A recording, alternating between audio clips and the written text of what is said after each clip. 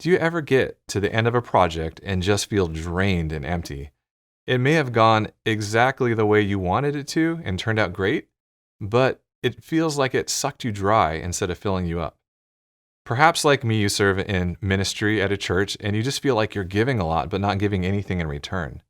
You create videos and media for a website or a sermon to help others connect to God, but it leaves you feeling less connected.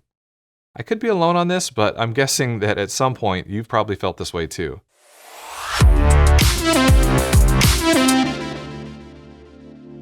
At Saddleback Church, where I serve in ministry, we have this phrase, fast, fluid, and flexible.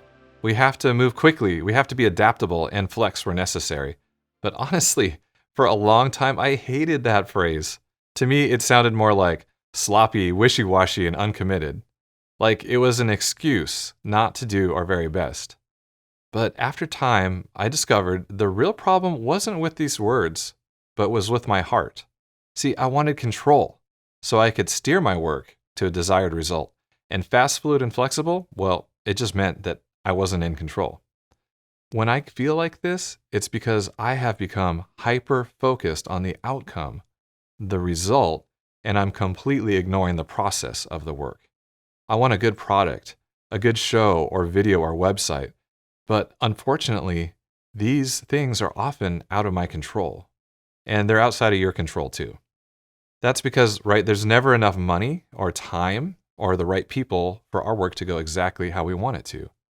And if we carry a mindset that we need a certain result and we become so focused on it, we can't stop and enjoy the work. We can't stop and enjoy life.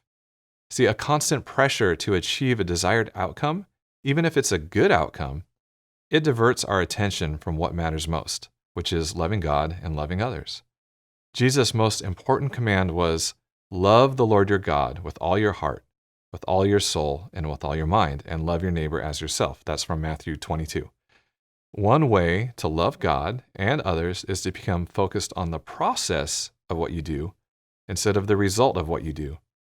No matter what the result of your work may be, you can make it a goal to love God and others in the process of your work.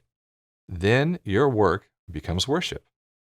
My one thing for you today is that your work is worship. You may not know this, but the standard word for work in ancient Hebrew is avad, and that's also the very same word used for worship. God left Adam in the garden to work it, avad. He also had priests in the tabernacle and the temple to serve and worship him, avad.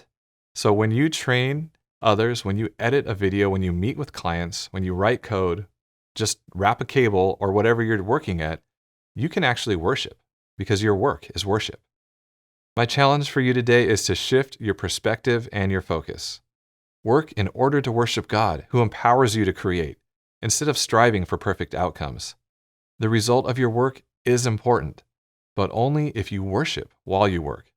This is what will bring you fullness and satisfaction with what you do.